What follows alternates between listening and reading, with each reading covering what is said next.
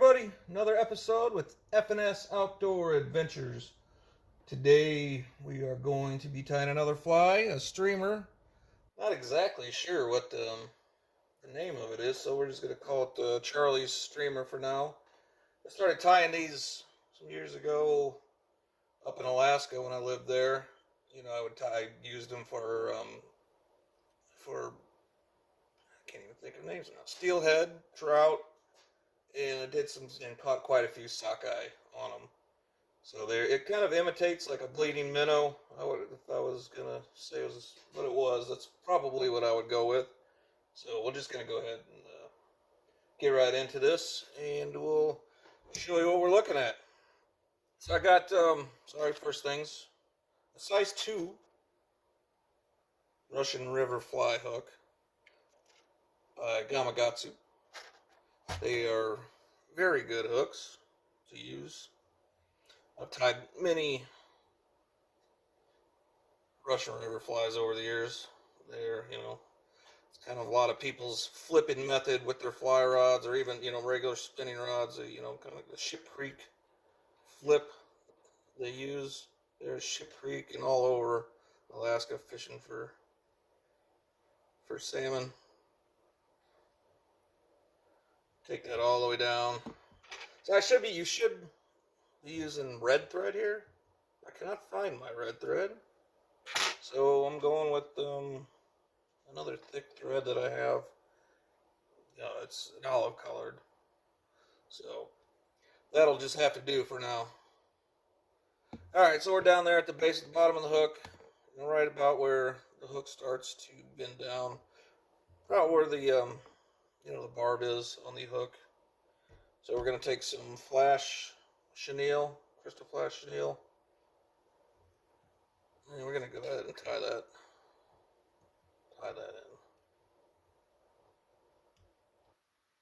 And work it all the way back up.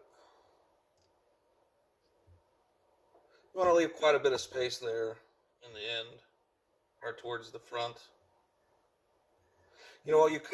A lot of people, I've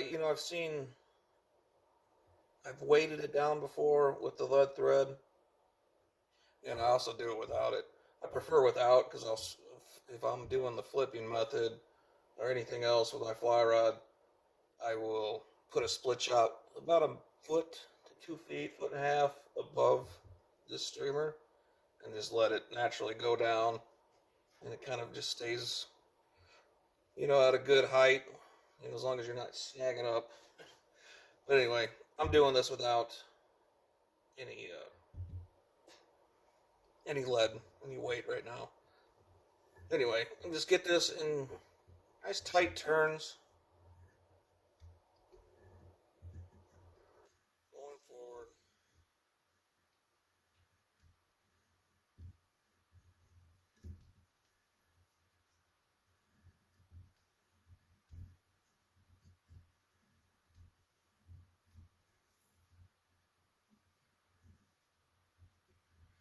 It's going to be about good enough right there. Then we're going to take our thread, go behind where we're holding, wrap it a few times, and then snip that off. Give it a few more turns to make sure it's secure down in there. Alright, next thing is the old flashabou. Mine's a bit of a mess right now, so I'm going to have to get it a little bit straightened up here.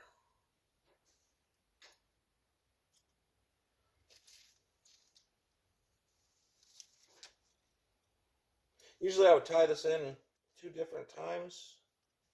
I'd put one chunk and then tie another chunk on top. Might do that still, but I think it might be alright with just one bigger piece right here. So put it on your side, kind of angle it down, grip the thread in with your fingers, and try and tighten all that in there.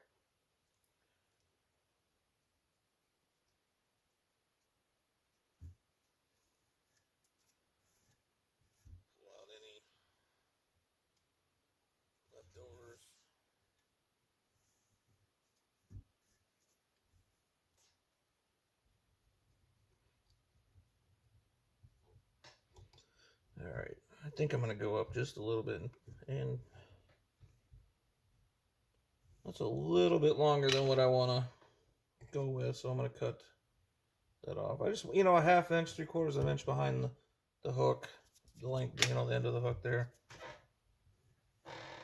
I am going to tie in one more, chunk of this.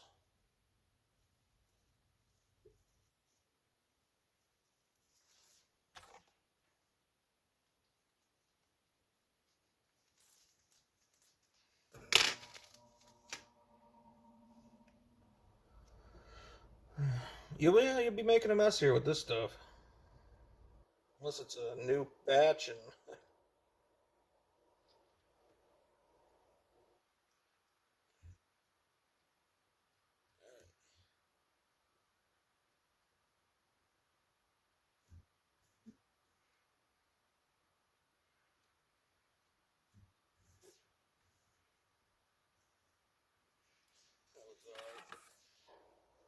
go back here and kind of even it off.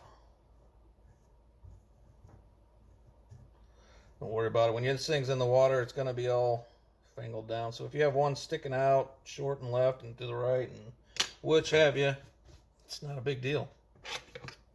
Because when it's in the water and pulling, it's all going to be smashed down. So anyway, we got some red hackle here. The longer pieces. This is going to, act as, I guess, the blood portion of the minnow of the streamer. I'm going to bring the thread back to where that's tied in, and I'm going to tie this in by the tip.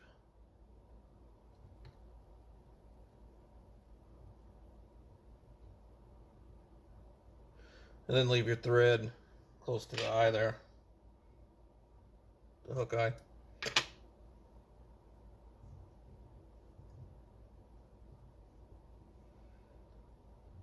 Start doing some wraps going forward.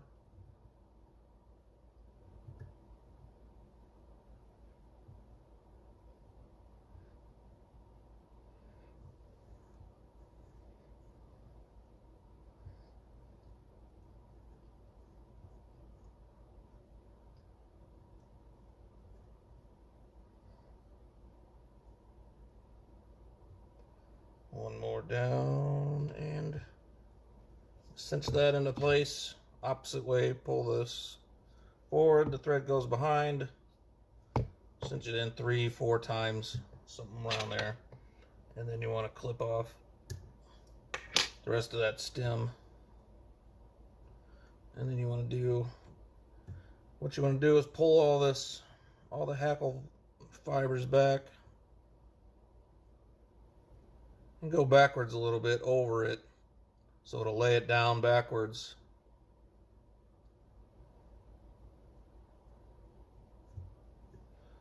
Just like that.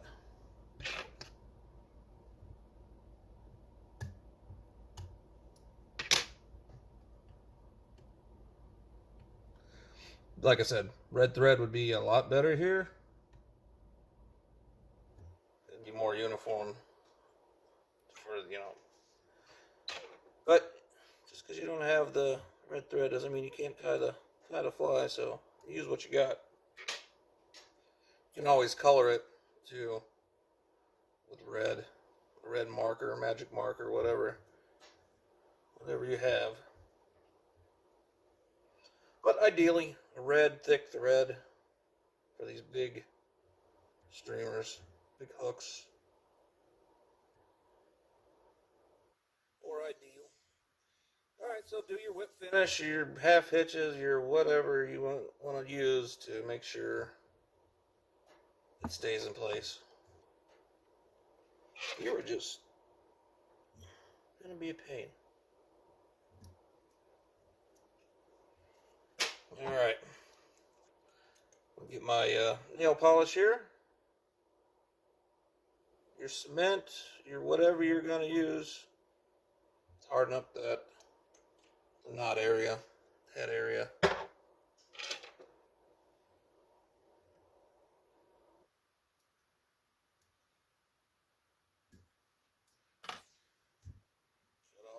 thread. And that's going to be it. This is a very good pattern. It works amazingly well. I've caught numerous steelhead and trout on it, and sockeye salmon. I mean, like I said, I don't know what the name of it is, but I'm going to call it Charlie's streamer.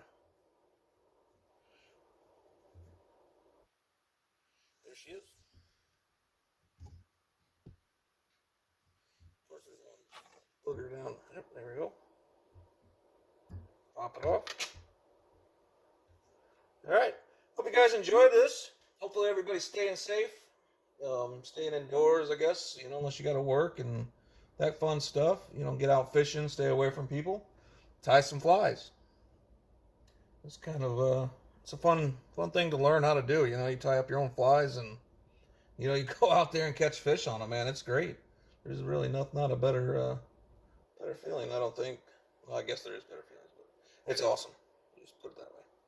All right. Well, anyway, I'm gonna stop rambling here, and we will catch you in the next one. Have a good one.